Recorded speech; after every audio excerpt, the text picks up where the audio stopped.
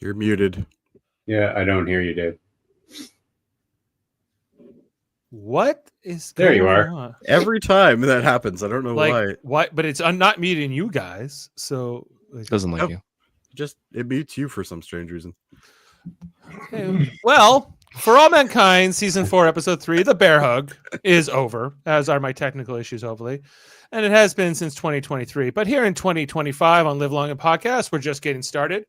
Our mission to watch every episode of For All Mankind continues. One coup in Moscow, one black market deal in Happy Valley, and one greenhouse secret at a time. The year is 2003. I was about to say 2003. From Miles Dale turning a profit in the shadows to Margo Madison facing brutal KGB interrogation to Kelly and Aleida chasing biotech dreams with Deva Yesa back in the mix. The world of For All Mankind is reshaping itself under pressure. Now here's the guy who watched Ed Baldwin's Tremors threaten a maneuver, Svetlana hide pain behind duty, and Miles Dale turn a broken still into a black market empire and still wonder if Margo's Frozen Road job offers is the strangest recruitment pitch in Star City. I'm your host, Dave Mader. And we got a great top tier panel here to break it all down. We are missing the great Heather Narduzzi tonight. She is in Halifax with cheering on her brother, a member of Team Gushu, going for the Canadian curling trials and to hopefully represent Canada at the next Olympic Games. But we wish them well, and we are cheering them on from here, and we will catch up with Heather next time. But coming in here first, our spiritual compass, weighing the cost of mercy against the burden of command. If trust is currency, he's tracking the exchange rate. From coups in Moscow to moral compromises on Mars, he's asking whether loyalty is ever enough. It's Kevin Millard. Hello, Dave. I don't know about this new tone shift in this show. I don't know if I'm enjoying it. No. The tone. What tone is that? Well, it's just a completely different show.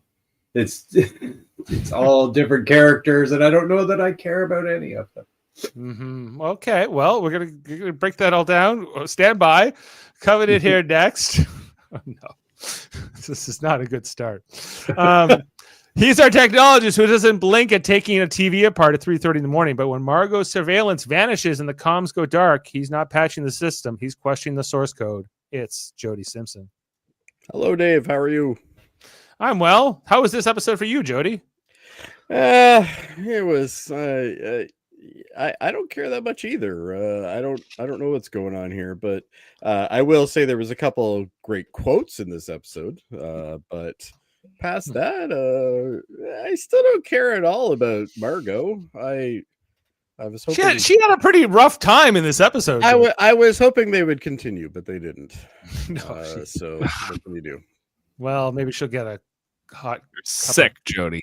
Yeah, you sicko. We got to all fill in for Heather tonight. Are you sick, Jody?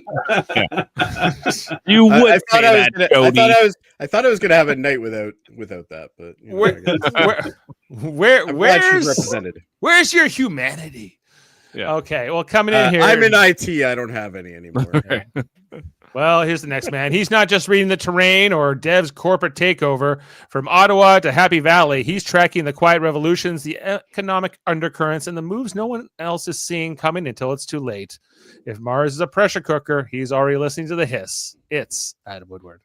Hey, guys. Dave, I like this episode. I'm going to tell you. Tell them. Wow. We finally got some conclusions and finding out what the hell's happening to people. Yes, I thought this episode would be better for you, Adam, and I'm glad to hear it's at least a little bit stronger than the first two. I enjoyed this episode. I'm not that I like to see anybody tortured, but at least we got a conclusion. She's finally where she needs to be. She's working for the Roscosmos now. So yeah, I like the whole what's his name, Tyler story. That was kind of fun and you mean Miles? Miles, pardon me. Yeah. Miles Tyler, whatever his name is. It was so good you can't remember the name. Well, he's also called Milos, that Russian guy. So yeah, I mean that was good. The I thought you guys would enjoy Ed's little secret. There's some pot smoking. I totally predicted that one was happening. Yeah. You gotta block the choke. He's not going back to Earth ever. No, I think he's. I don't think you should. And then the other thing I want to say here is like, the longer they don't tell me what happened to Danny, the more I don't care. So, It's gonna be like, Danny, who? Until now, I didn't even think of him. Right. well, when did it happen? 4 episodes ago now. Like Well, it happened like 4 episodes ago, but more like 8 years ago, right? too, Yeah. As well. So Yeah. anyway, okay. Well, and our last panelist for tonight, where is he here? He's tracking the fault lines beneath the mission from Margo's interrogation to Miles' economic awakening. If the show is about alternate timelines, he's watching the moral ones. Who gets forgiven? Who gets forgotten? And who gets paid? And yes, when Dev Ayesa reappears, he's wondering if disruption is just another form of survival. It's Jeff Mader.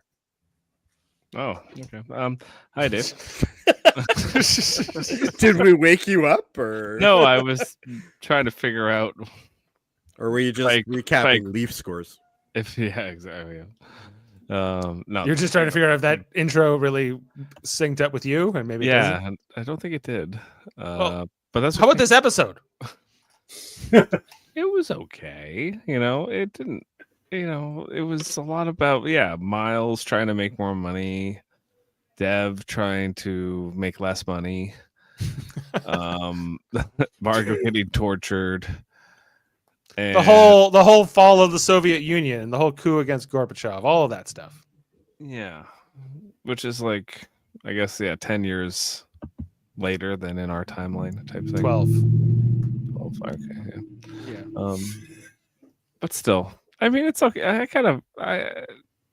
What is this show now? Like, what is it? Oh, okay. This is more the Kevin era. What is this show now? What's happening? I agree.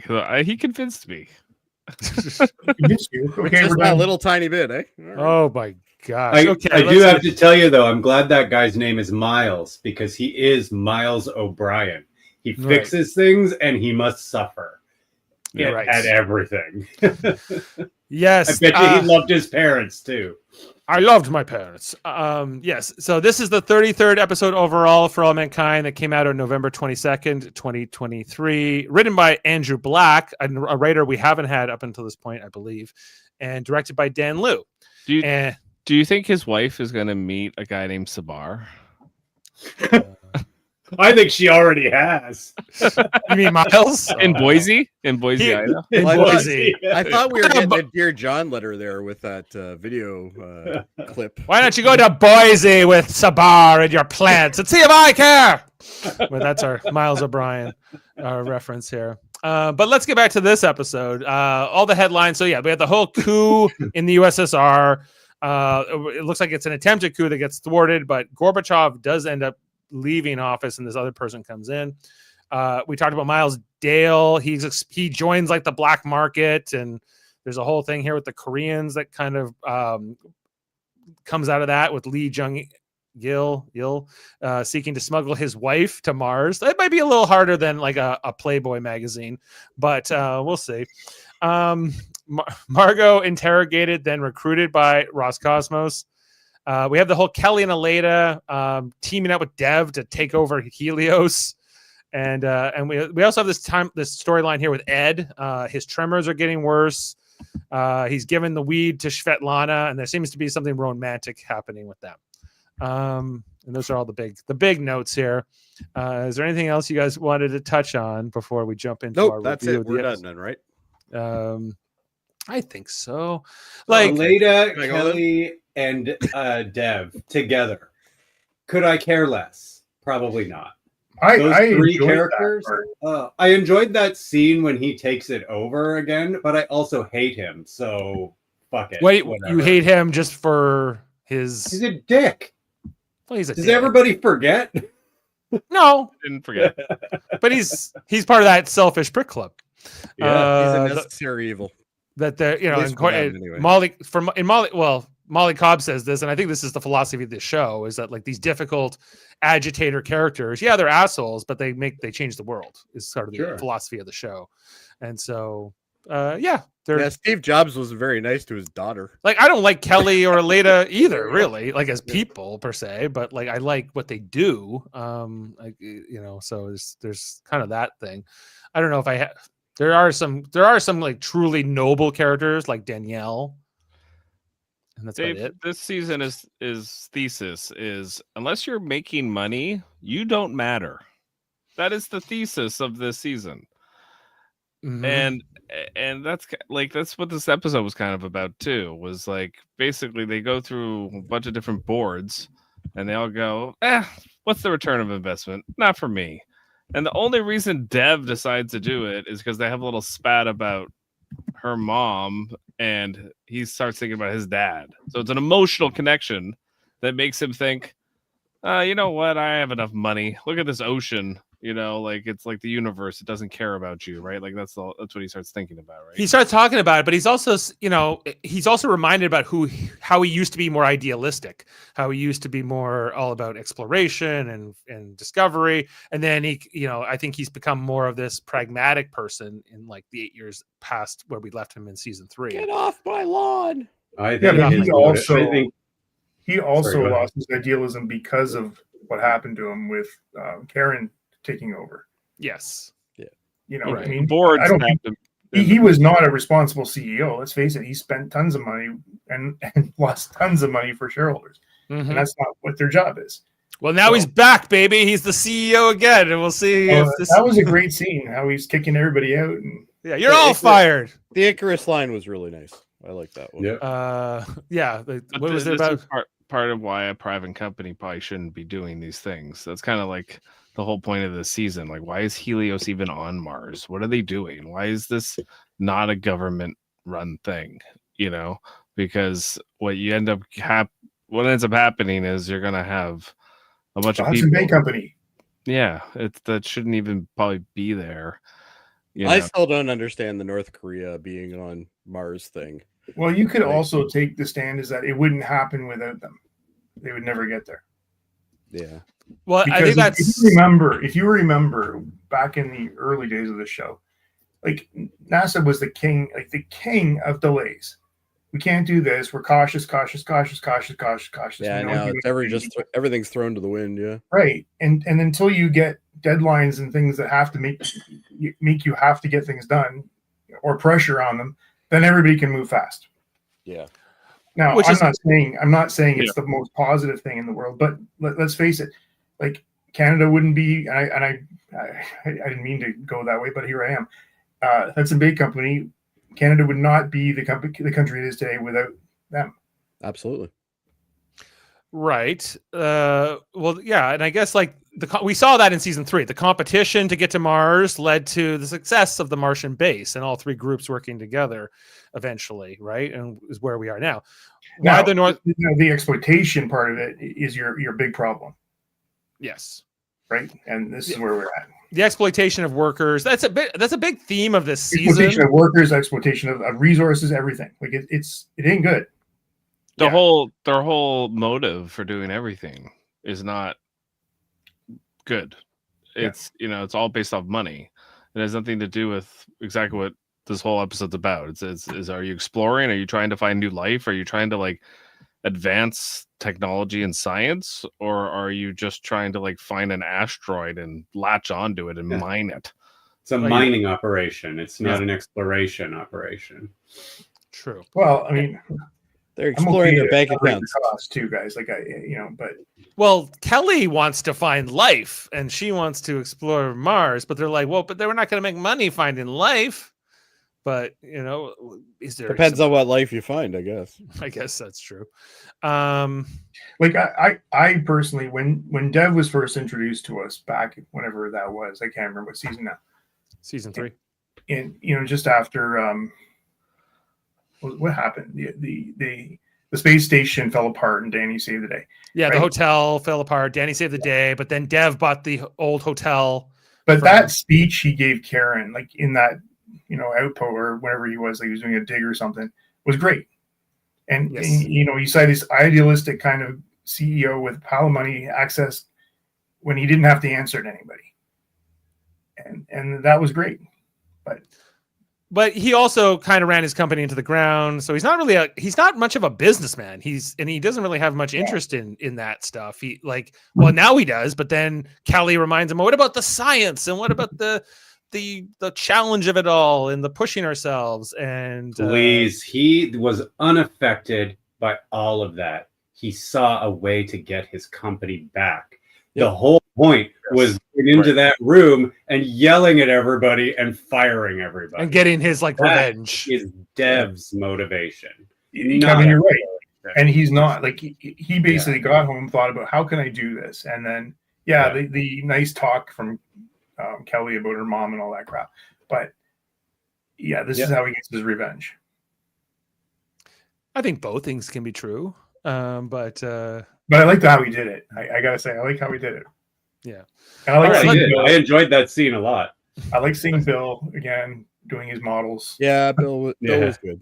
Oh yeah, Bill's in a chair. Sad. Yeah. But Bill and Why? Bill's living large. And did you see all the damn robots he had? That guy's living like a king. Except he can't walk. Touch any of them or he freaks out. He's not doing good. So I'm assuming Bill got. I'm sure he has a touch of the tism. Let's be honest. But Bill was hurt in the explosion, in the bombing, but survived, but can't walk anymore. It seems.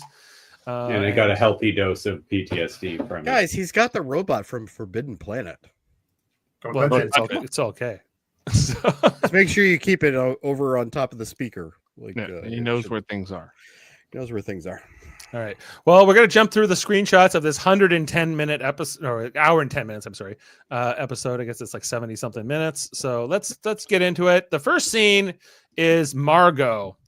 Margo, as we saw, she was captured in that riot in the previous episode. She's in this van being transported with other people who were arrested at that protest, uprising here. And she's one of 12 detainees in this one van. She asks the newspaper guy, why are they doing this? And they're making examples of them. Do what they say, he says, and we'll try to get past this as fast as we can. So when she's taken out of the van and they're thrown against the wall and kind of quickly detained here and processed into this. This was a great way to start the episode. If you want to get me on board, showing Margo getting going to prison. I'm there.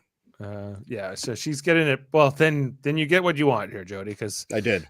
Margo is not having a very nice day here in Soviet Union.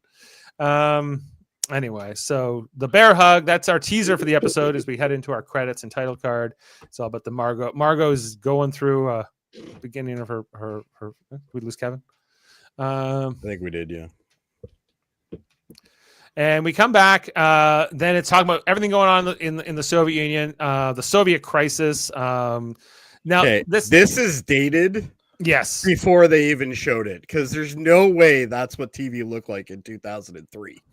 No. Yeah, and I felt the exact same thing because they're using actual news footage from 1991. That's Bernard Shaw from CNN. Yeah, it is. Yeah. Right. And so they're giving us real world footage here from 1991, but it's clearly not 2003 either. So it's kind of this. I would have liked them just to fake this a little bit or something. Yeah, me too. Maybe take some out of sync clips or something. Yeah. We see real footage of Gorbachev and all that, and then tanks on fire. We see this the only fake shot is this other guy. This guy who will become, I guess, the president of Russia or of the Soviet Union after Gorbachev, or chairman as they're known there, I suppose. Anyway, so but we'll come back to him, and we see that transitions to the base here on Mars, where there are several Soviet cosmonauts present who are seeing their country kind of go into a civil war, into a domestic crisis at least, including Svetlana, who we saw in the previous episode. And we get the only scene here from Daniel Stern in the whole episode. His Eli character is saying, Al Gore, he's going to condemn this. He doesn't like what they're doing to Gorbachev, and that will be going out shortly. And Svetlana says, I can't get a hold of the Roscosmos head office. I can't get anybody to respond to me. It's like Moscow disappeared. Any communication lines and her father, right? She can't reach her father, her family, can't reach her father either. And so there's a lot to do, a lot unknown here, and they're kind of very much cut off from their homeland.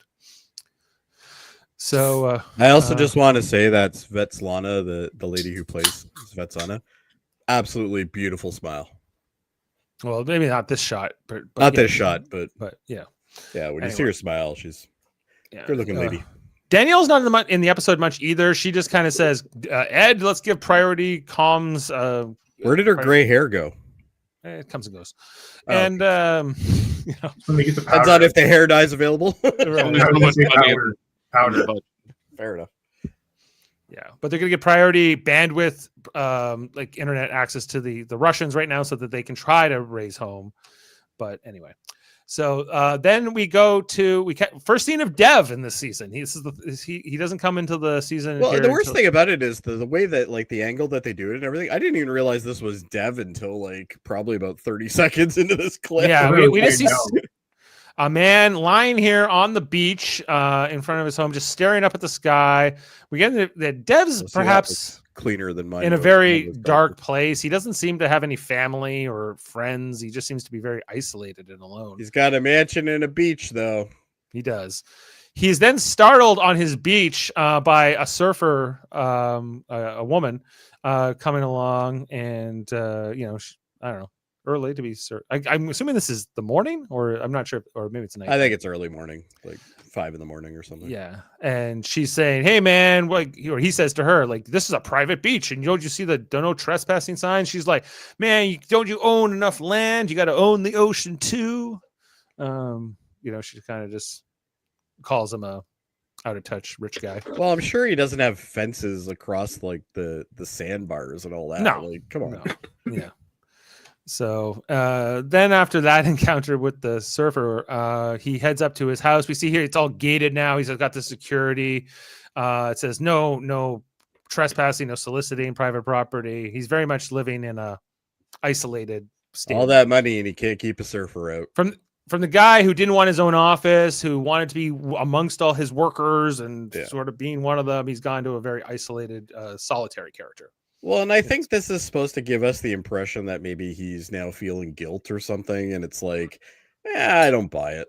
I don't know about guilt. I think he's more just feeling isolated. He's lost. Like he isn't, like, he didnn't find another company to run, I guess, after he left. Well, he did create this robotics company. He created a robotics company. Yeah, but that's perhaps not his passion. But then we head over to Helios next. That's his like old an older sign, by the way. What, Helios? Like you just say warning, private property, you're done.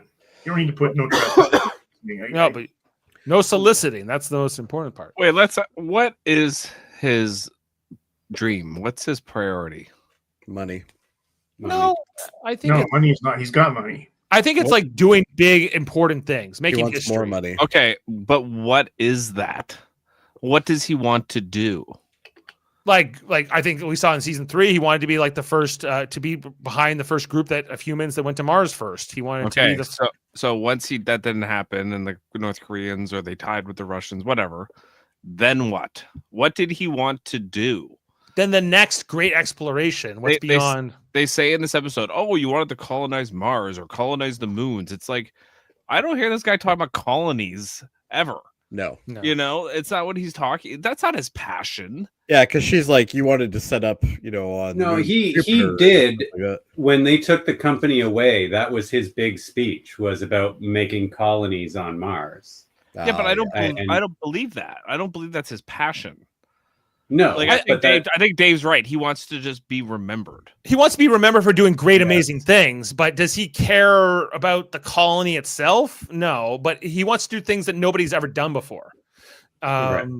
Go where no one the legacy is in his mind, his father to look up to. Yeah. And if you ain't first, you last.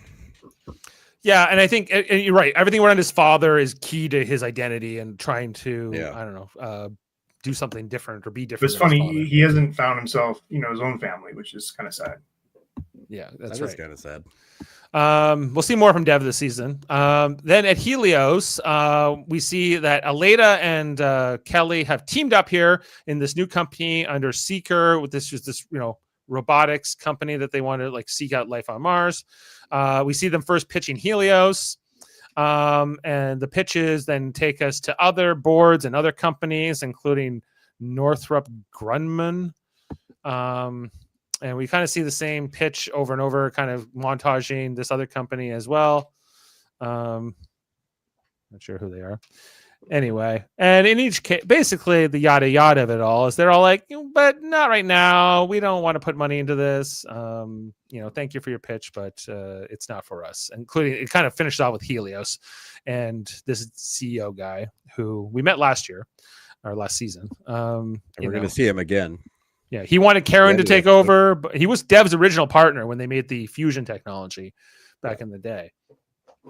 Anyway, so he's like, nope, we're not going to do it. So Aleida and Kelly are SOL, and they are then moving along. And so as they come out of Helios, they say, well, there might be one. I think it's Aleida who has the suggestion. There might be one more person who we could go to, a private person, because they talked about going to China, I think, at one point, and ESA. But they're like, ultimately, they mean Dev. Like Aleida suggesting, let's go to Dev next. And Kelly seems unsure about that, but got to go along. Our next scene then transitions to back to Mars, and where it's Miles getting this video from his daughter that she made on Pixel Paint, I think it's, or whatever. Like him on Mars, and a little goofy thing. Are you going to send me a Mars rock, etc.? It was well done. Yeah, Miles seemed impressed. Anyway, and then his wife comes on and says, I'm thinking about moving to Boise to get a job. Because isn't she in Louisiana right now? Like, I think they're in Texas. Yeah, I think he said Texas originally. I think they're in Houston. Yeah. So anyway, like, because as we know, Miles is getting a lot of deductions off his paycheck from everything, so he's not, his take home pay is not his floss fascination. Yeah. Yeah. So I'm sure that Keiko and Miles had all these conversations as well. Miles, you're just not making it enough. Like, you're just not making it enough. You got to move the deep nine. Take that professor job. I'm moving to Bajor, Miles. With Sabar. I'm moving to Bajor, and you're coming with me. Anyway, so Miles, you got, like, what's the point of you being up in space on Mars if you're not making any money? Like, there's no point to this, right? From her, is kind of the message. So then Massey comes in, and he's kind of lamenting to her about that. Is this the same woman that was with Ed and Danielle? Ed and Danielle at the beginning. No, that's Svetlana. No. This is Massey. Svetlana is the one that was with them. Yeah, this is an American Helios worker, is who we're talking about. So was she? So she was not on the ship that with the asteroid at the beginning. She was. That was her. Yes, she was. And Svetlana was there too. So maybe that's where you're getting confused. Okay, gotcha. So in that original first episode of the season, Svetlana and Baldwin were piloting the ship, and then we saw she was there along with Parker and So did she go? She didn't go. Did she go aside? She did not go. No, she tried to talk Parker out of it. Remember, Parker was like, and then she was like, oh, he's like, I'm gonna make my bonus and etc. Oh, Parker, the guy with no name. Got it. Yes. Anyway, she remembers him. Anyway, so they had a much more interesting character than some of the other ones on the show. They head to the speakeasy, to the underground bar here, along with their fellow Helios workers, having pea moonshine or whatever they're drinking here. We see that there's a lemon flavor now. Well, as one does, Dave. You don't just drink pea moonshine without some lemon. No, of course. You have to have a little zest in there. Just like O'Brien, he's become part of an underground syndicate. Yep. The Orion Syndicate. Like to play darts, just like really O'Brien. The O'Brien playbook right now, yeah. They do. Pretty soon, he's going to be kayaking. Yeah. On Mars. On Mars. and making mashed potato and capers. Yes. Well, we see here that as he's at the bar here, that being Miles with Massey, he's watching. What's this guy's name? The Russian guy. Ilya or something. Ilya. Yeah. Something like that. So Ilya is making a lot of money here. He's like, how much do you think he's making? She's making he's like, well, a lot, because she's buying things like real tampons off of him and all kinds of things. So he's making a lot off her alone, and plus every other Helios crew member. likely as well. So a lot.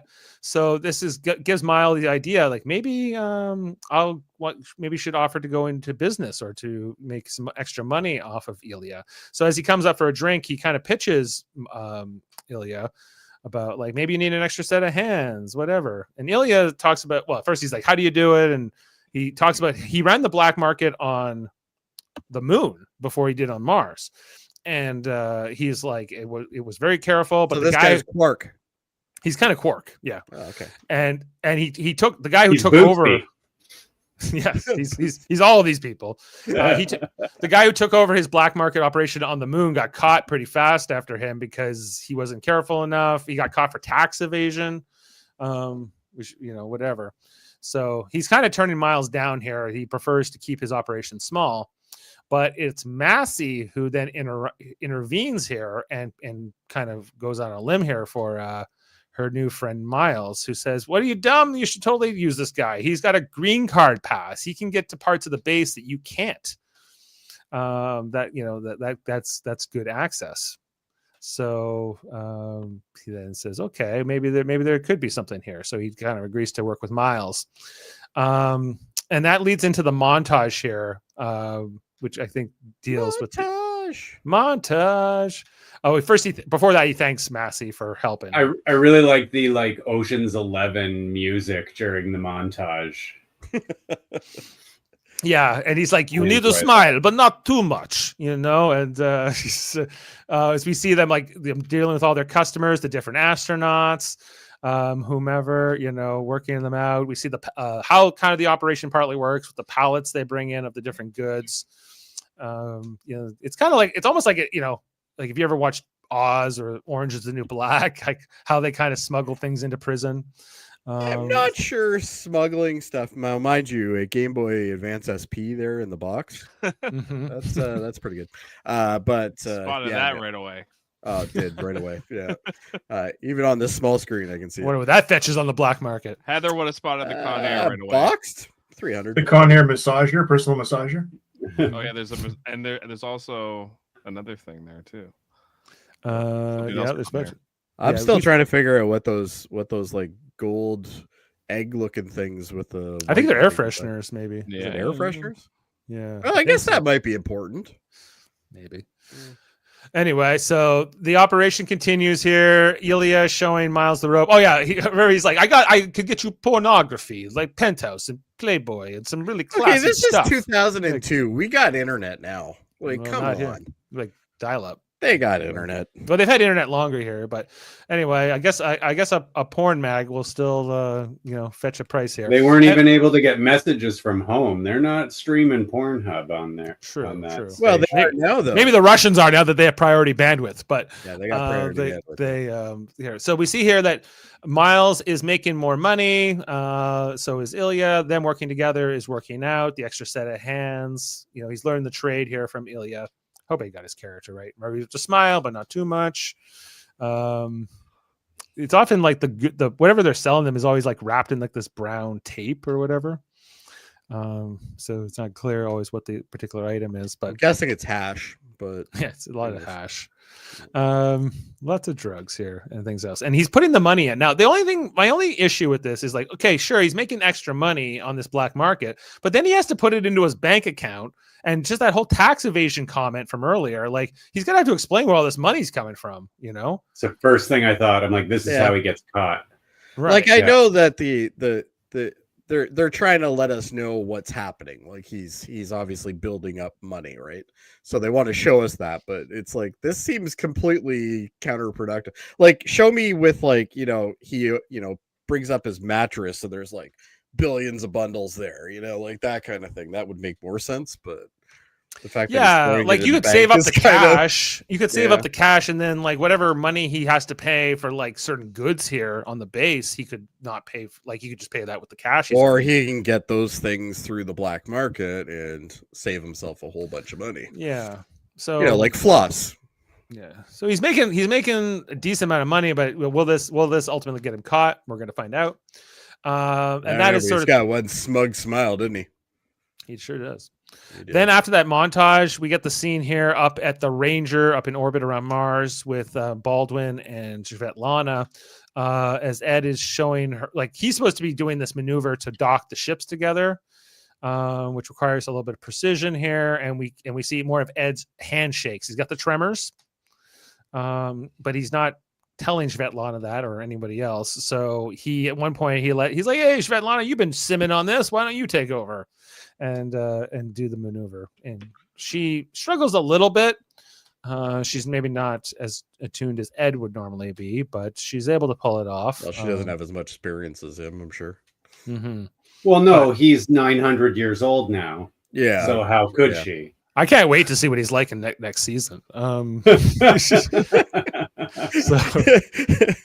he'll just be like skin and bones and dead. It's like a 30-year time jump too. There's going to be like an Ed haunting. Yeah, just the Skeletor Ed Baldwin. Yeah. Anyway, so till we meet again. Obi-Wan Baldwin. Obi-Wan Baldwin. Yeah. Then back to Margo. We see her being brought into the detention center, stuck in an interrogation room and handcuffed to a table, basically. And then we meet this first guy, this first Russian guy, who I guess he's part of the group that are behind the coup. Yeah, don't get too hung up on him. Yeah, don't get attached to this character. He won't last long. So that she's been here in interview room 7. Yeah, his name is Stepan Gura. And he knows it's Margaret Reynolds, but he doesn't have a lot of information. He doesn't know that she defected from the United States and all this kind of stuff. I will say this is the first time, for some strange reason, I've clued in that her last name is Reynolds, and I don't know why. It's not used. It's been mentioned. It's not used a lot. I didn't know that either, honestly. Yeah, I'm like, Reynolds. Who the fuck is Reynolds? It's like, wait. Margo being the most common version, But the big thing. Last name? Yeah, I didn't even know. Sometimes. But the big thing that they're mad about is they find this business card in her purse that we saw that was given to her by that other woman, Irina, earlier in the season. And that's the most concerning thing, because it's like a KGB number and they know that, and they want it, but she doesn't know anything really about it. It was just, she talked to some woman on a bench one time. Just as this interrogation is getting going, then we hear all this gunfire outside, all this commotion at the detention center, and the guy who's interrogating her, he has to like leave the room and kind of run out here. He says, "I'm behind you," and Margo's just left in the room to kind of handcuffed to the desk to kind of wonder what's happening as she hears everything going on. So come back to her. Then wait a second, her name was Margo Madison, so she's changed her name. Yeah. Oh, yeah. Yeah. Oh, yes. Okay, that makes more sense. Yeah, Reynolds is her Russian name, I suppose. Makes perfect sense. Yeah, it's a cover. It's a cover. Anyway, very well designed. Apparently, we got the scene here with after the whole docking with Ed and Svetlana. She's feeling pain, and she can't get any relief from it. He's like, "You don't know pain until you have Kelly's spaghetti." That's pain in something you don't even know. Right. And he was like, "Why don't you come to my secret garden tonight and we can talk?" Oh, Mr. Baldwin, I can't wait to come to your secret garden. So, interesting choice of words. After 10. Don't come before 10. Come after 2200. Yes, exactly. Yeah. So come back to that. One has a smoking schedule. He's sophisticated. We head back to, what is this, Dev's house? Yeah. Dev's house. This is when Kelly and Aleida give the pitch to Dev. We see he's got all these security cameras. He's very guarded, I guess, is what we're meant to think about here about Dev.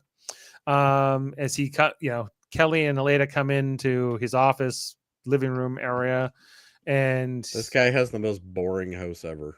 He does. There's like nothing in it. Yeah, it's very bland. And they make their pitch about the robotics and whatever else, but he basically turns them down, saying, "No, I'm not seeing my ROI, so this is not really worth it. So thank you." It's nice to know that they invented curved monitors in this timeline way earlier. That is nice. Yeah. So anyway, they're about to leave. They're like, "Okay, I guess we came out here for nothing." And then Kelly says, "My mom believed in you, and my mom thought you were the best." And then what's happened to you? This is gross, your mom screwed me. Oh yeah, he's like, "Your mother betrayed me and made me lose my faith in humanity. So it's really our fault, you know. Anyway, so Kelly's just doesn't really know what to do with that, and they end up leaving. Well, if someone said that to you, I think you'd be a bit shocked as well. Like it's also pretty rich coming from him. Yeah, true. So they're like, well, that didn't go so well. And that's the end of that. So big on that door.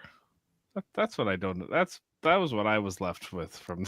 Oh my god, that handle is huge. Why is it so big? What is the purpose of that? Of what? That handle on the door. Oh, it's bloody. It's like a third of the width of the must be a heavy door. Need some leverage to get it open. That's what rich guys do, man. They get big, heavy handles. Handles. See, I only have normal size handles. I guess I'm not rich. It's not news to me, just so you know. Is that the equivalent of like a big truck? Like, you know. So this scene here, like she's like clearly salivating over the strawberry, and he doesn't even give it to her. That's not what she's salivating over. No, she's interested maybe in some other things. Give it to her. Yeah. We're hearing Ed's secret garden. He talks about Kelly being the green thumb in the family, but the first person to grow plants on Mars. But she's anyway. Ed's like, I can help you with your pain. I'm yada yada in here. He's like, you can't tell anybody about this big secret. Keep it under your hat. And we see his little secret compartment here that he's able to open up into the wall of his garden, where he keeps all the weed, the dried stuff. As if they couldn't smell that. Yeah. So, as someone who may have partaken in such events at some point or another in my life, the fan placement is terrible. Half those plants aren't going to get the fan coverage that they need, because you need the fan when you're growing hydroponically to stress the stalks to make them bigger and wider. So you would need 2 fans in this type of environment. So the weed on the left-hand side won't be as good as the weed on the right-hand side. This is Weed Facts with Jody. That's Weed Facts with Jody. Sexy Weed Facts with Jody. Yes. And Svetlana is impressed with everything else here. Like, especially since he has the pipe there, you definitely could smell it. Like, oh, there's no way you wouldn't smell this. Like, and the panel itself is just being held on by like pegs or something. Yeah, he has to open it with like a little wrench. Tries it and it opens. Like, there's no seal. He only has to pry it open because the hands don't fucking work anymore. But there's not even a lesson from like Tracy Stevens where they had like the at least Tracy, even though I didn't like her, she knew how to contain it. Yeah, she knew how to blow into like the vacuum cleaner, and it was she may have risked the health of everybody, but she at least knew how to hide it. It's nothing to impress a Soviet woman. That fan isn't even on. It's not. You should have been a technical consultant here, Jody. I should have been a technical consultant. But somebody was like, "You got to put a fan there." Like, hey, at least they have the fan, because there's millions of times where there's no fans. Right. Anyway, so Ed gives her a little hit off his pipe. I got to hold down the choke and then get it out. And she's coughing up a storm. He's like, "That's how you know it's working." He explains that Wayne sent seeds to him, I guess, for him to plant here. And I love the way he still says Wayne. This guy Wayne, like he doesn't explain. Like, you never heard of Molly Cobb, like her husband, and what he's like. No, my wife's degenerate friend is her artist friend. Wayne. He was a big pothead. He got me some seeds. Exactly. So then we see Ed getting his hits off of it, which and then he just blows the smoke into the thing.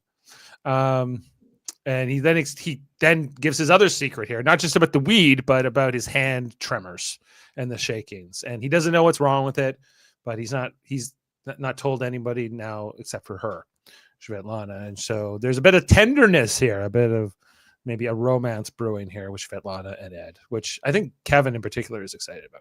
Oh yes, yeah. He actually texted me right after the scene. Okay. Kevin was like, "Getting another damn romance in this show." Another romance, just what Adam wants. He goes, I need more, is what he said. Yeah. Frig, man. Yeah. Well, what? He is the voice. The reason why Ed will never leave the freaking space program ever. Yeah, he's like, I need a new love interest, damn it. Come on, you killed off Karen. He goes, I don't need to go back to Earth to get laid, do I? Like, Yeah. come on. Remember, this is a guy who did not have much affection for Soviets, as we recall earlier on. So he's come a long way, this Ed. Anyway, they got the hand holdings and everything else. And she's got to be like, what, 30 years younger than him? Yeah, for sure. Then we go to Dev, who's working out at home alone in mostly the dark. Look what he's wearing. Well, he only owns one light, Dave. Yeah, these pants are no good. You wouldn't work out in this. Do you want to be hot and sweaty and not be able to be mobile while you're doing this? Well, then he's alone all the time. What does he care? It's not about carrying. Well, the hot and sweaty thing, I don't think makes much of a difference, but doing barbells with that shirt on, I think would probably be a bad idea. You wouldn't want to run unless it was really cold with that. But... Yeah. As he's working out here alone, he looks at Kelly and Aleida's, proposal still on his desk, and he kind of looks out into the beyond, into the dark ocean, maybe touched by that earlier conversation with the surfer, and maybe with Kelly, that maybe he needs a change here now. Maybe maybe he just wants to get the company back and get revenge, and this is his opportunity. So we'll come back to Dev, but Dev is starting to have a bit of a change. And then we come back to Margo, or Margaret Reynolds, as she's known here, as she has been pinned down to this table for not sure how long, but some amount of time later. We meet this other Soviet military officer. I'm not sure we ever get his name, but he is the next interrogator. So at first he unhandcuffs Margo, and then he moves the table along, and then he brings in the guy that was interrogating her earlier, who has now been captured, I guess, by the military. So the guy who was interrogated earlier is part of this group that had the coup, and I guess the military then took power back. Which is not is that what happened in the Soviet, our timeline? I don't really remember, but I was a young child back then. But anyway, but they get him to tell him about the card that she had with the phone number and everything else. And then he's like, hey, hold on a second. Because when he says he doesn't know something, he just breaks his finger in front of Margo. Just to shock value and the brutality. I'm asking you again. Tell me about the card, And Margo's like, this is not a good situation. You called the number and who answered?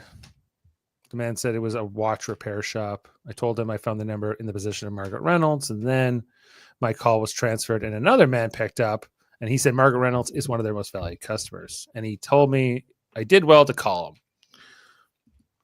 The number reaches a trap line that redirects the second director of the KGB. So you weren't just talking to the KGB, you were talking to the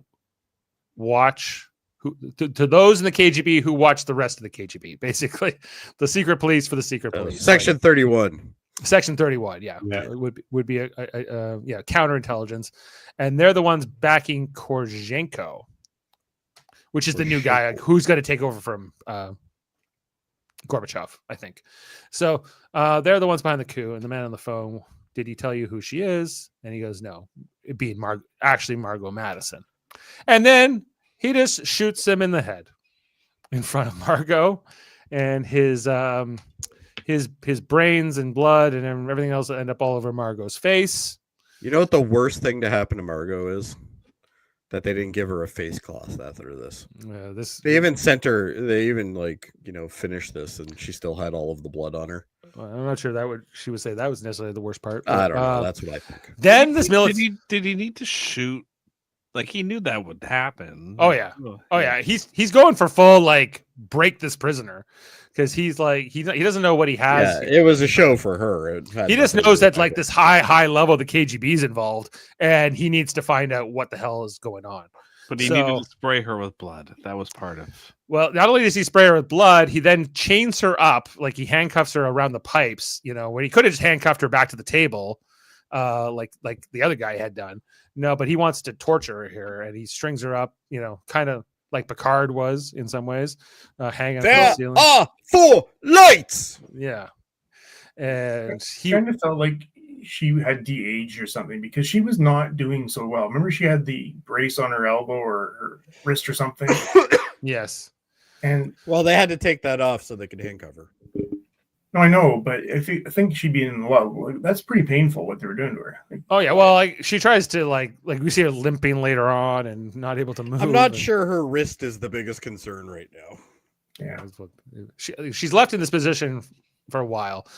We'll come back to her. Then we go back to Mars, I guess, and we got Miles. He tries fixing this Ilya's still because Ilya's still is very slow. It's producing the booze at a very slow rate. So he tries to use a new thermostat that he procured from somewhere else to make it go faster. And at first, it's working. No, he adds a compressor. Oh, it's a compressor. Okay, I don't know much about making moonshine, to be honest with you. But then Ilya realizes there's something very wrong. He tells him to shut it off, and before they know it, it's blown the whole thing. The thermostat, right? Yeah, the compressor breaks the thermostat. Right. This is kind of like curling, guys. This is like how you have to work the curling machine. I don't think this is like curling.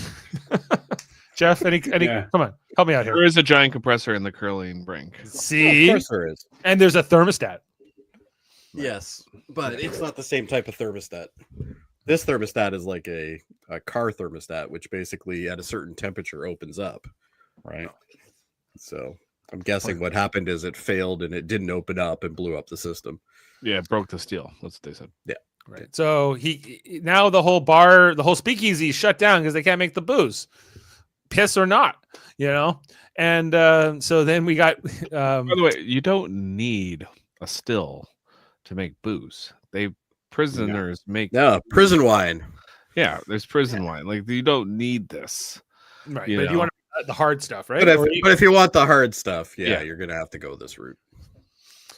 Anyway, so then we got Miles back in his quarters here with Massey and that other guy whose name I forget. Where the hell are they getting the yeast for this, by the way? Right. Yeah, that's a good question. Yeah. Probably bread. If I get some bread or something. They smuggle it in black market. Yeah, I guess. Anyway, so they're trying to figure out if there's another like thermostat to a replacement part because it could take months to smuggle another one in. And it's this guy's. I got a problem with this. I'm going to tell you what my problem is. The North Korean government has locked down everything on this fucking base. Why do they have a parts list of their equipment? I don't know. Maybe because they had to clear that with the other agencies they're working with. As part of the agreement. I guess. So secret parts coming because in North Korea, Mars. It's NASA's base. They get to know everything that's on it. Right. Yeah. So they find out that the part that they need is in the Korean module, and so on this old like fridge, it turns out. So Miles wants to go get it, but Massey's like, "There's no way in hell I'm helping you with that." Where's the game plan on this? Because after he removes it, their fridge isn't going to work anymore. Right, I don't know. So that's their problem. what happens to all that kimchi? It goes bad. So anyway, so no one wants to help him, but Miles wants to try to make this right with Ilya. So he goes to the Korean module, which we see it says clearly here, entry forbidden. I love how they give us a subtitle here. Why did we get a subtitle for that? I was just thinking that. It's also written in English, but it's in English there too. Yeah. But that's the way it goes, and in Russian for that matter. And anyway, so Miles, he goes there. He's able to mess with the sensors with his equipment in order to fake basically a malfunction in their module and create this like alert here. It was some sort of environmental, like a radon leak or something, wasn't it? Elevated methane warning. That's what methane. we're told here. There you go. And then they try to check the sensors, but then we got Miles here knocking on the door saying, "I need to come in and fix this for you," right? And they go, "What does he want?" What do they want? And he goes, "Entry denied." Why is there a window in this door? I guess for this situation, I don't know. So they try to send him away, but then the warning light goes off here that says, "When light blinks, toxic gas, like you better get out." So then it hits up on the in ops. Basically, the NASA astronauts are picking up on it as well. And how fortunate, Miles, our Helios tech, is already in that section, so nothing to worry about. And Miles trying to tell them like, hey, I need to fix this so you don't die. And Lee is the only one who speaks English, I guess, of any of these North Koreans. So they, he says, it's a safety issue. We have to evacuate and get out. So the North Koreans do evacuate the module. It turns out there's quite a few of them here. There's like probably 9 or something. Yeah. And we see Miles. He puts on the gas mask to really sell what he's trying to do here. He says, "You stay right here while I go steal your thing." And then that's where Miles goes and does. I don't think that's what he said, but that's what he was thinking. That was the plan. Yeah. Goes basically into their kitchen, finds the refrigerator, and takes all the kimchi and whatever out of the fridge. Oh, that looks delicious, by the way. Yeah. I love kimchi. Yeah. But Miles manages to get the part he's looking for. He puts it into his pack, and just as he's kind of wrapped up, he thinks the heist is over. Lee walks up right up and kind of scares the hell out of him. Gives him quite the scare. And he says, what's in your thing? Are you trying to plant a spy? Are you a spy? He's like, no, man, I'm just running a black market operation and I'm trying to make some booze on the side. Look. Please don't tell everyone I'm a spy, because he knows that's going to go badly for him quickly. And after Lee thinks about it for a minute, he says, okay, man, you can have it back. But now I'm going to need something from you. I need something from you. And Miles is thinking, porno mag? Like, do you want like something like that? Like, yeah, that's not the impression I got. Well, did you know what he was getting at right away? What Lee wanted? No. But I thought it was something sexual. It's like, well, it was. Yeah, technically. We'll come back to this. We see then Aleida. This is Aleida and Kelly after they come back from the meeting with Dev earlier in the day. But Dev's beat them here to Kelly's house, where Kelly's kid and Kelly's like, how did you beat us here? And he's like, well, private jet helps. I didn't fly commercial. How far did they go? Well, he lives out, I guess, in the sticks or something. It seemed like he lived in Malibu. Like, but they live in Texas, right? Like, so. Okay, so maybe that's what. Okay, that is far. All right, that makes sense. He's got a jet though, so he got here first. Anyway, Kelly's kid does like a magic trick that, I don't know if you guys like it. Sucks. Yeah, stupid kid. Still don't care about this kid. Right. Well, they're trying. They're trying with us. This is the one that was born in space, right? Yeah, he's the Mars baby and whatever. It shows. They all call him Alexi, but Dev calls him Alex. Anyway, so then they're like, "What do you want, Dev?" And he's like, "I was wrong about you earlier. I want to work with you." And did she think he flew back so he could like make fun of her mom some more? Like, come on, like. At this point, you're more perplexed as to why he's there. You're not being like hostile towards him. Like, who cares? And he's like, I want to go into business with you, but on this thing. But the first rule of business: never invest your own money. Never use your own money. You always use somebody else's. And they're like, that's well, how what? The rich stay rich. And he pitches this idea of like, let's take over Helios, and we'll do it through Helios. He still has his shares, and I guess Kelly inherited a lot of shares through Karen.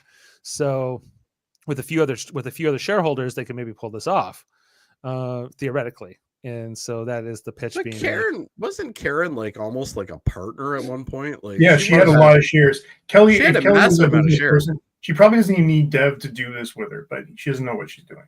Yeah, like if Helios is worth so much, like Kelly should have a pretty good chunk kicking around.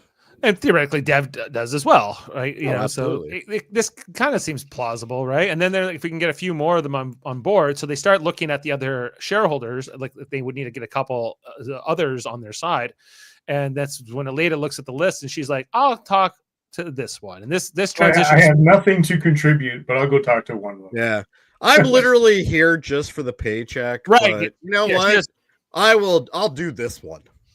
Well, it makes, and like, I guess this is her contribution. She'll go talk to Bill, who has a bunch of Helio stock. So this is our Aleida and Bill scene as she goes to his house, takes a couple attempts at the door, not buzzer thing for her to come in. But then she was very impatient, though. She literally hit the button and like a second and a half later, she hits it again. I'm like, wow, you're an asshole. And then when you find out that he's actually like wheelchair bound, why is she spending so much time like buzzing that fucking buzzer? Like, leave him be.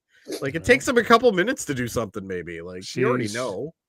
I don't know. There's some definitely some energy here. Remember, it was like last time with Bill and Aleida, didn't she say to Bill, "You're dead to me," and all this? Yeah. Like, so I guess they got over that in the years in between. And we see that Bill is working on lots of models, lots of spaceships, like things. He even got Robbie the robot, the Forbidden Planet talking figure. I know you guys kind of look at this as a little bit desolate, but I actually admire him. I would love to sit around and do models all day. He's got a much more interesting house than Dev. We can say that for sure. Oh, for sure. Yeah.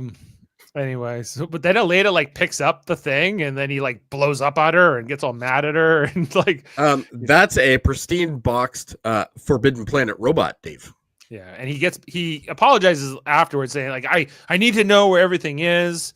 Was Bill married before? Like, I can't remember. No, I don't think so. Yeah.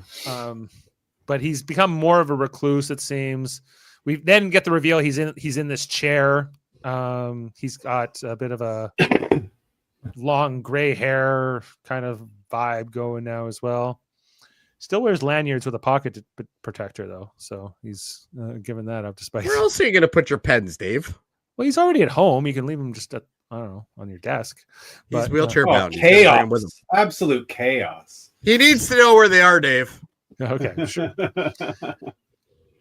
Anyway, so this is where Aleida makes this pitch here to Bill, and Bill is like, "Why are you working with Kelly and Dev? Like, what? Like, you should be running NASA. You should be, why aren't you?" And she kind of says, "Like, I can't go back there." Yes. There's a big continuity issue. That poster was definitely had no shelf in front of it when she walked in that room. Keep going. Marooned. Then there's that shelf there. I don't know, and then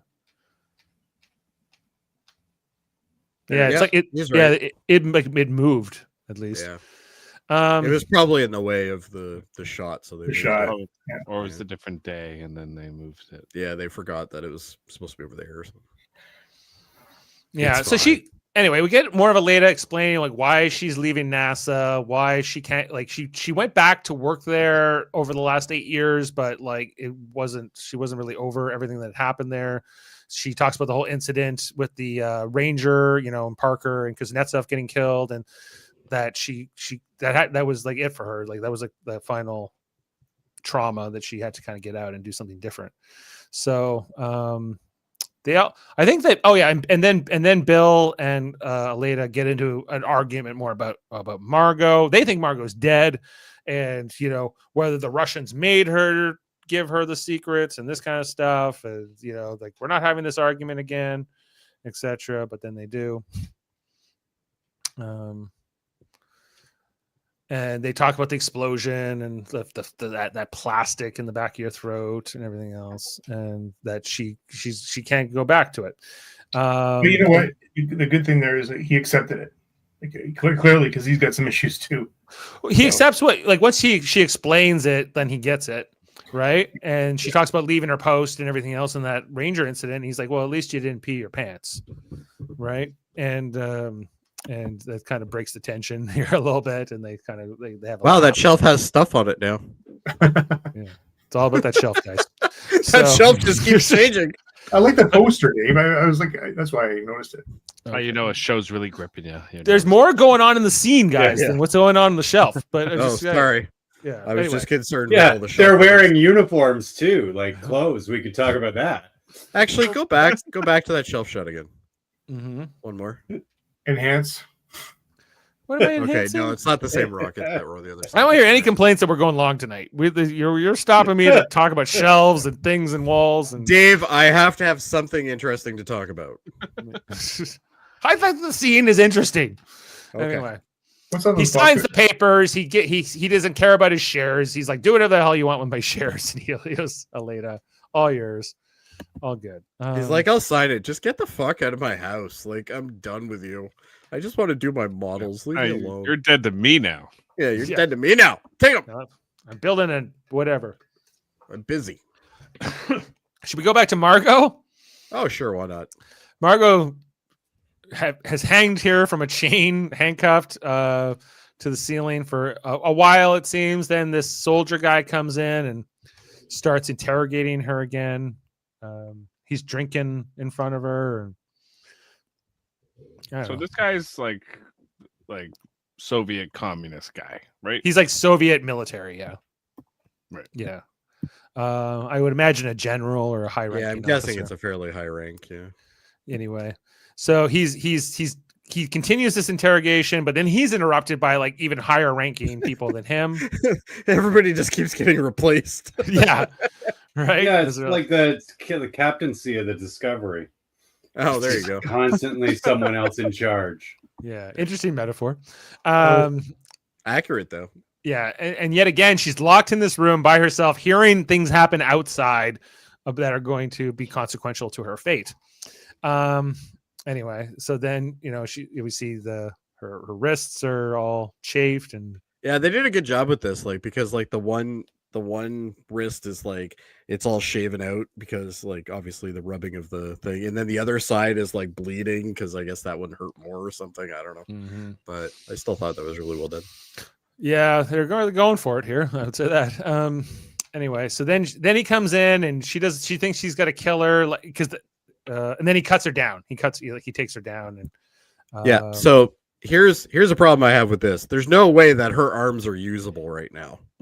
Right. Like, and she literally is standing there. She's moving around her arms like normal. It's like, no, you've been hanging there a while. There's no way. Yeah. So she's still got that blood all over her face. And then just as he's like, okay, Margo, we're doing, whatever, they put a bag over her head and I did like how they did her viewpoint though. I thought that was kind of neat to give us a little bit of what's going on. Well, they don't black bag her. It's like a burlap sack. So she can kind of see through it. Yeah. Yeah, we see her like you can see she's in like a detention center kind of environment. There's a lot of cells and stuff, and I believe she thinks she's probably being sent off to her execution or something here. But they put her in the back of a truck and they kind of drive her off in the middle of the night, and she doesn't. Would she be thinking that? Because I mean, yeah, probably. But like, if they wanted to kill her, they killed the other guy in the same room. Yeah. They would move her for that. If they were going to kill her, I don't know if they would need. They didn't even clean up the blood on the floor, Dave. Like you might. Or do a twofer, they're sending her to some kind of gulag, and she'll never escape from. Well, that's what I was hoping.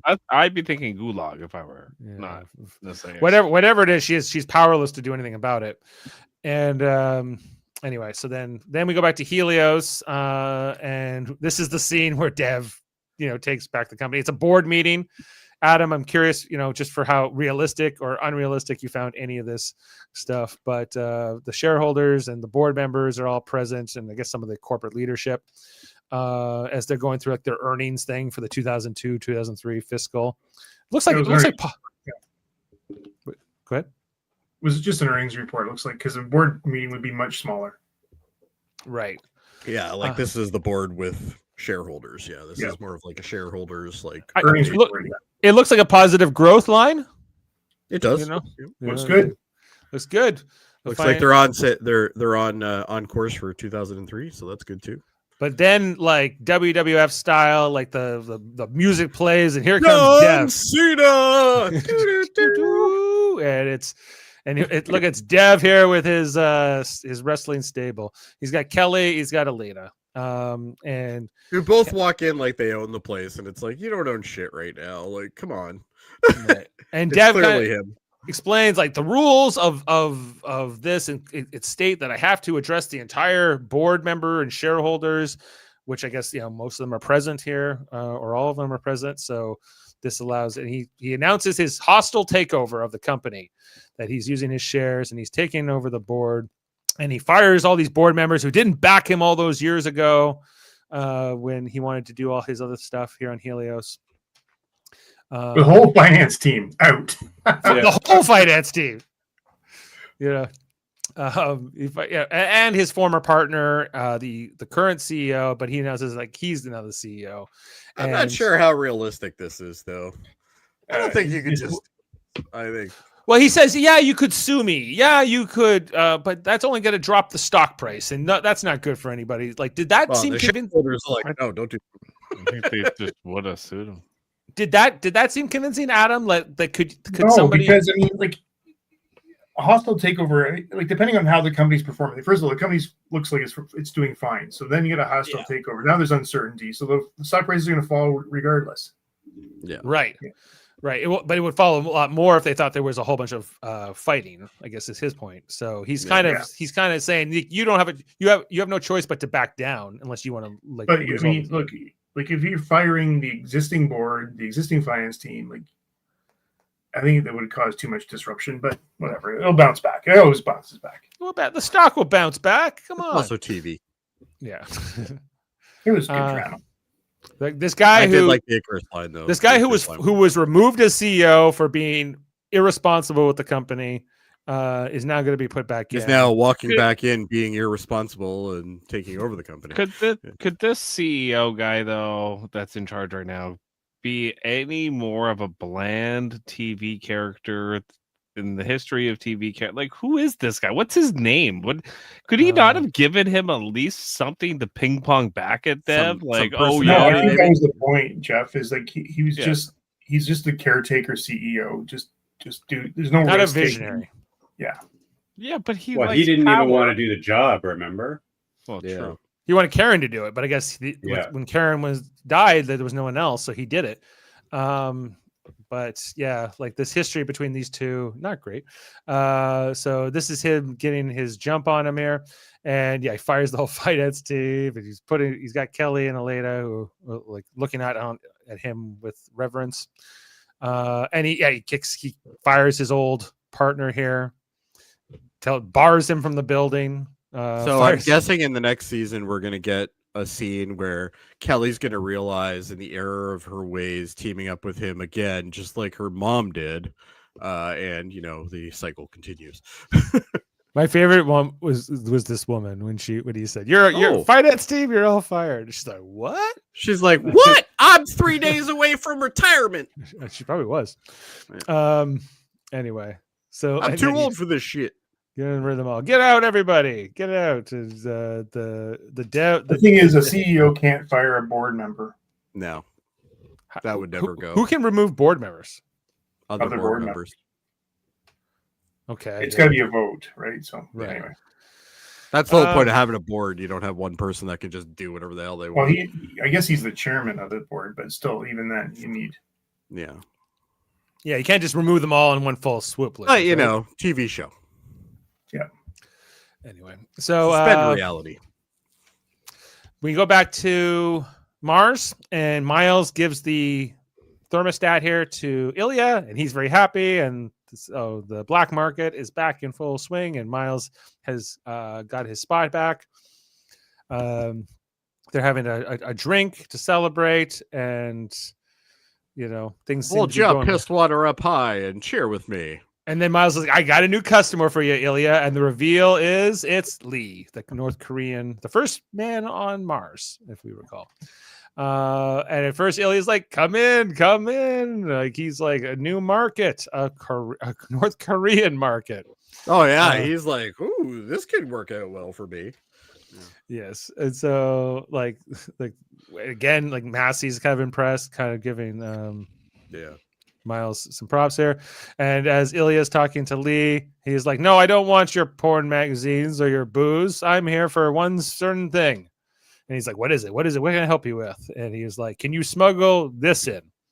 And we see that what he wants to is his wife, who they had that same photo that we saw at the end of season 3, that montage of him just like constantly just recording and holding out hope. The North Koreans just continue to surprise in this show. Yes. And Ilya is just like, you can't be serious. Like, this is not what he does. I'm gonna need a bigger crate. I'm gonna, yeah. Like, well, somehow this guy and the other guy, they made it in a satellite from Earth to Mars. Like they made it along the way. Talk to Kelly. She can get them, get him there and on top of a rocket. True. There you go. So anyway, we'll come back to this. Is the end of this particular storyline for this episode, unless we'll pick up this next time. The final scene of the episode is back with Margo as we're going through the land of never-ending winter that is Russia. Margo still got the bag over her head in the truck, and then the truck finally stops, and they take her out here into the wilderness, and she says, please, but just then they say, get that bag off of her head, get that hood off of her. And we see who it is. The woman even has Margo's glasses. They put her through all this, and they don't even fix the lens in her damn glasses. Like, that's mean. No. Somehow, with the broken glasses and all the blood on her face, her hair is still the worst part about all of this. Yeah, that's true. Well, they can't get good conditioner in the communism.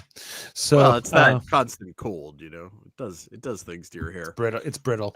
Yeah. So we'll find the woman that we met in the first episode of the season, the one that gave her the card, the one that she got so interrogated hard for. She's here now. She says, it took me a while to find you, but now I've got you. And Margo, very confused. What the hell is going on? But this character, her name is Irina. She is now tells us she's running Roscosmos. Can someone get this woman a face cloth? I don't think that's that hard of a call here. Well, the Russians, not a priority for them. I guess so. She realizes where she is. She realizes she's in Star City. And she's at the Roscosmos headquarters. Yeah, there's the statue. Yeah, of the guy, which is a much better statue than any American statue. It's much better than the Margo and Tracy and Gordo's statue. Yeah. And then she's like, "Hey, Margo, come on!" I've been here before. We got a lot of work to do. Let's go. And she just kind of makes this beat up, broken Margo just kind of hobble across the ice. She's like, try to keep up with me. Yeah. Don't slip on the ice. We don't salt here. And then she just kind of makes her way this long walk into the building. And that is the end of the episode in terms of screenshots. It'd be great if they had a picture of Margo when she walked in that front door. And there's just that guy there that's like, you again. He's like, I told you, call first. Yeah, we made a rule. You have to call first. We made a rule. Come on, guys. So, Adam, do you have any trivia or fun facts you could share with us about this? So I thought we'd go to Roscosmos because finally we're here.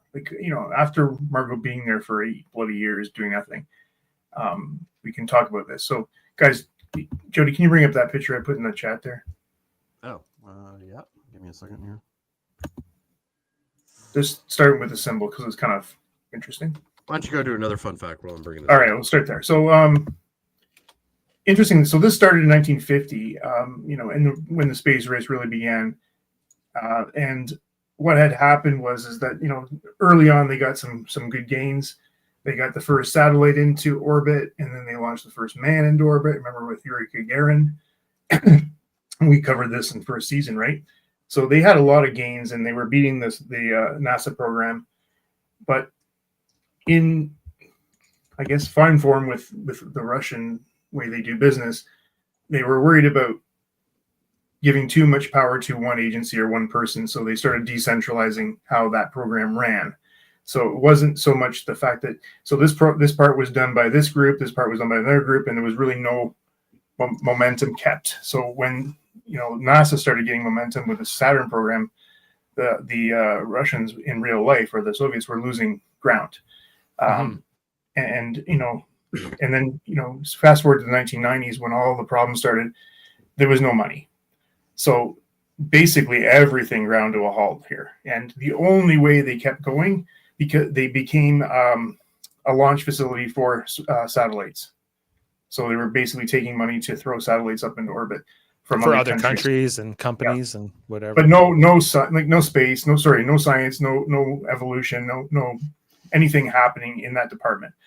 It wasn't until they got together with Soyuz and then partnered with, I guess, the Americans with ISS that things started going forward for them. Now, fast forward into the 2000s, things get better for the Russian Republic because oil prices go up and money's coming in again, so they can start funding things. So the program really fast forwarded into the 2000s and where we are today. Right, and the whole premise of the show is if the Russians had landed on the moon first, then they would have not have de-invested as much as they did in our. But it comes back to this. Like, I always find it fascinating because when you look at, you keep hearing about the Russian Republic or before that Soviet Union, a lot of their problems were is there was no centralized command of anything because they were so paranoid about things move, like, one body controlling everything, even though the Politburo did. Nothing happened. Nothing. Yeah. Exactly. Right. So and then if you got that image yet, or there we go. So this is the logo. I thought this was kind of fun because very Starfleet. It is very Starfleet. The red triangle is meant to be actually a spaceship into space, going into orbit with that circle behind it. So pretty neat, but very, very Starfleet. Wow! And if you flip it around, it's a check mark. Yes, it is. So there you go. Oh, is that it for the fun facts? Yeah, there's not much else. Oh. That wasn't very fun. It was fun. I thought it was fun. I thought that was fun, Adam. Don't let Jody. I'm gonna give it a 5 out of 10 for I fun. like that one. That was a good. It was not sexy. It was not sexy, Jody. That's true. It wasn't. I give it a 6 out of 10 for sexiness, Adam. But I wasn't going for sexy. It's only a 6 out of 10 because Adam's there. All right. Let's get into our ratings, everyone, and let's rate this episode. The bear hug. Okay, so I gotta say, when I found out this was just episode 3, I was like, oh god, Jesus! It does feel a very long. We got 7 to go. This is like the front half of season 2 of Next Gen. It's like, I'll start us off. I thought the episode was pretty good, so I'm going to give it a 7.5. You're wrong. Let's go to Adam. Adam, I think it would be the next most positive rating. So we're going in positive. This is so much better than last week. I'm giving this a full 8. I'm doubling. He's giving it an 8. I'm going 8 too. Jeff, how about you? Like a 5 on this. Okay, Kevin. What did I give last week? 5.5. 5.5. Slightly better, I guess. It's 6. Yeah. Yes. I don't know. Fuck this show right now. Like, I don't know if I'm being unfair because I'm tired of the show, or I'm getting used to this new. I'm starting to get watcher's characters. fatigue here. Yeah. But maybe I think that there's it depends of whether it's entertaining you or not, right? So if it's not entertaining, it is what it is. But it's Jody, turning into a chore, I think, is the bigger issue here. Well, I agree with Kevin though. I think it is better than last week's episode, but by a slim margin. I'm not going to be as generous though. I'm going to give it a 5.5. I thought Margo being tortured would put it way up there for you. If they actually did a lot of torture, yeah. Wasn't enough? It wasn't sufficient. There wasn't sufficient torture in this episode. And I didn't really care. Like, I was getting confused. Like, who is this now? Who's coming into the... Like, I don't fucking care. It's like musical commanders. Yeah, it's yeah. Dave, you got to play Heather there. Not enough torture. Not enough torture for Jody. Okay. Not enough torture. Absolutely. Yeah. What's wrong with you, Jody? Oh. Do you not have your humanity? Tortured. Heather, where are you? All right. Well, we're averaging a 6.5 tonight. The IMDb is 7.6, so this has the highest rating of any episode so far. What the hell? Well, actually, no, 7.7 for the first episode. What the hell is wrong with this world? I would agree. This was it's the best one so far. Yeah. So I liked it. Okay. That's like winning the shit eating convention. You still ate shit. It's not great. Like I don't. Yeah, but I wasn't bored. I wasn't. This episode didn't annoy me. I agree with you. This episode was not boring. Now I find like episode 6 or 7 of every season is the low point. Usually well, yeah, it looks like it with ours. Even even if you go to season 1, like as much as we liked almost every episode that season 7 was like our lowest point. So just keep that in mind as we approach the middle of the season. Bring it down 4.6. Whoa. Yeah, we've had some. That's mostly because you're 0. On hey, you know episode. what though, Dave? Every episode of this season, all 3 of them now, you have basically given some foreshadowing how bad this is going to get. I'm not meaning to color your opinion. Well, you are. Totally are.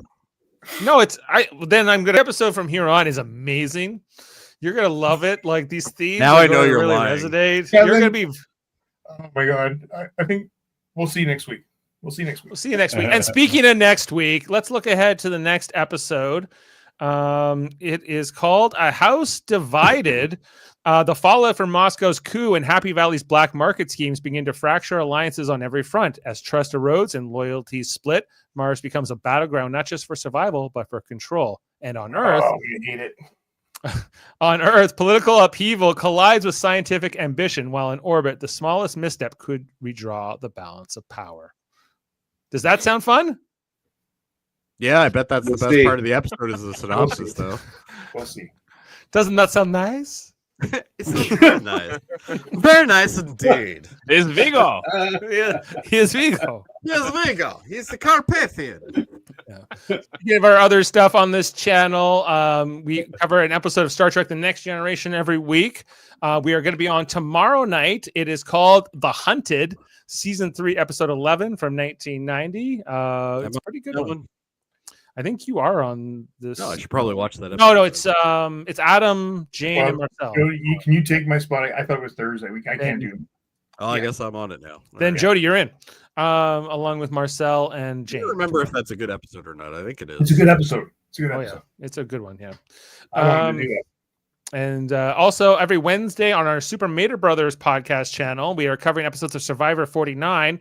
The next one is called A Huge Dose of Bamboozle. And, we're into the final 3 episodes of the season. Jeff, I wish how you this like episode had a I have boost not of watched bamboozle. a single episode. How's Amanda liking it? She's not watching it. Oh, okay. Well, check out Survivor every Wednesdays, guys. It's a good thing you have a podcast for this. I will watch 50. I'm not watching this season. Hold on. Isn't that the Mater Brothers podcast channel? Well, sometimes it's solo Dave.